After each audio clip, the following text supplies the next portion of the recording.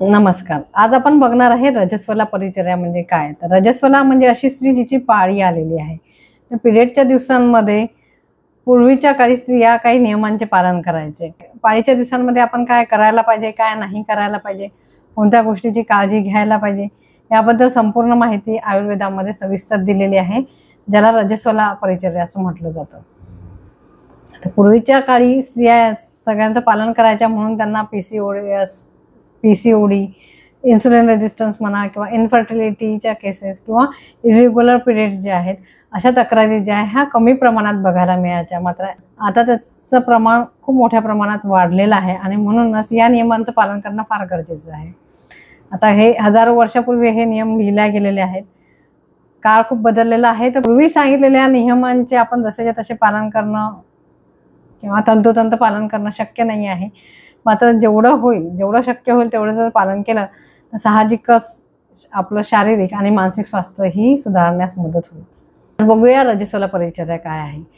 आपल्या शरीरामध्ये काही बदल झालेले असतात, हार्मोनल चेंजेस झालेले असतात, वात वाढलेला असतो आणि पचनशक्ती ही मंद झालेली असते. त्यामुळे आहार घेत असताना आपण हलका आणि थोड्या मात्रेत आहार घ्यायला पाहिजे. पचायला जड पदार्थ किंवा तळलेले पदार्थ यापासून आपण दूर राहायला पाहिजे. आयुर्वेदामध्ये सांगितलं की जव म्हणजेच बार्ली, तांदूळ, दूध, तूप यांचा आपण जास्त प्रमाणात वापर करायला पाहिजे. जर पोट हलकं राहील तर आपल्या शरीरामध्ये जे सध्या पाळीच्या दिवसांमध्ये जे पोटामध्ये क्रॅम्प्स येतात त्यासारख्या तक्रारी होणार नाही. पोट व्यवस्थित साफ राहील आणि जो वाताचा फ्लो खालच्या दिशेला असतो तोही नॉर्मल राहील. नाभीच्या खाली हे वाताचं स्थान असतं. अपानवायूचं कार्य असतं की आपलं मलमूत्र तसंच हे पाळी जी आहे ही सुरळीतप्रमाणे जायला पाहिजे असते.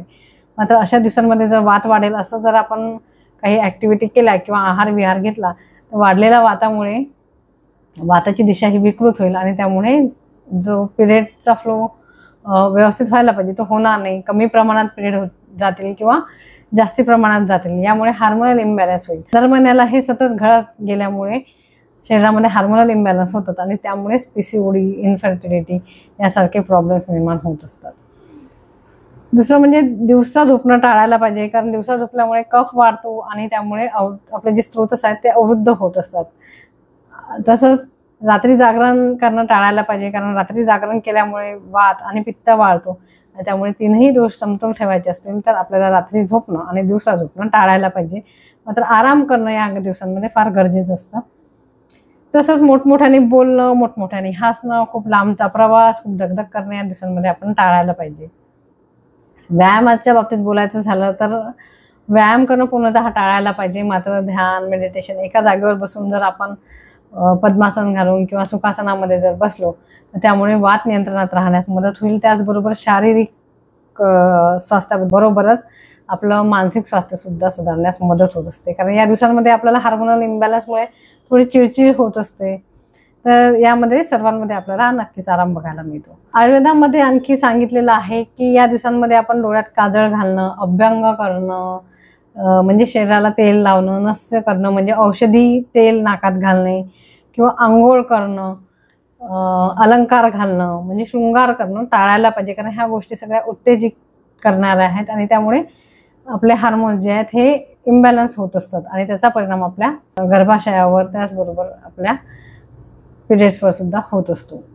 या दिवसांमध्ये झोपायला मऊ गादीच्या ऐवजी आपण सपाट अंथरुणावर एखादी चटई वगैरे टाकून सपाट अशा जमिनीवर चटई किंवा सतंजी टाकून आपण झोपायला पाहिजे, जेणेकरून पाठ सरळ राहील आणि कंबरदुखी, पाठदुखी यासारखे त्रास आपल्याला होणार नाहीत. बघा, पूर्वीच्या काळी स्त्रिया ज्या आहे ह्या पाळीच्या दिवसांमध्ये एका जागेवर बसायला त्यांना सांगितलं जायचं. घरचं काम त्यांना करू दिलं जात नसायचं. त्यामुळे स्त्रीचा संपूर्ण आराम व्हायचा, म्हणून त्यांना ह्यासारखे त्रास कमी प्रमाणात व्हायचे. मात्र आता स्थिती अशी बदललेली आहे की स्त्रिया वर्किंग झालेल्या आहेत. कामाचा स्ट्रेस असतो, घरचा स्ट्रेस, बाहेरचा स्ट्रेस, त्याचबरोबर न्यूक्लिअर फॅमिली झालेल्या आहेत. घरात कोणी करणारं नसतं. तर अशा वेळेला जिथे पर्याय नाही तिथे आपण काही करू शकत नाही. मात्र इतर जे नियम आहेत त्यांचं जर आपण पालन केलं, जेवढं होईल तेवढा जर आपण आराम केला तर नक्कीच या त्रासांपासून आपला बचाव होत असतो. कारण जर आपलं शारीरिक स्वास्थ्य जर आपलं चांगलं असेल तर आपल्या शरीरामध्ये निर्माण होणारं बीज हेही स्वस्थ निर्माण होईल आणि त्यापासून उत्पन्न होणारी जी पुढची पिढी आहे, संतती आहे, ती सदृढ निर्माण होते आणि पुढची पिढी जर सदृढ निर्माण व्हायला पाहिजे असेल तर आपण रजस्वला परिचर्येचं पालन करणं गरजेचं आहे.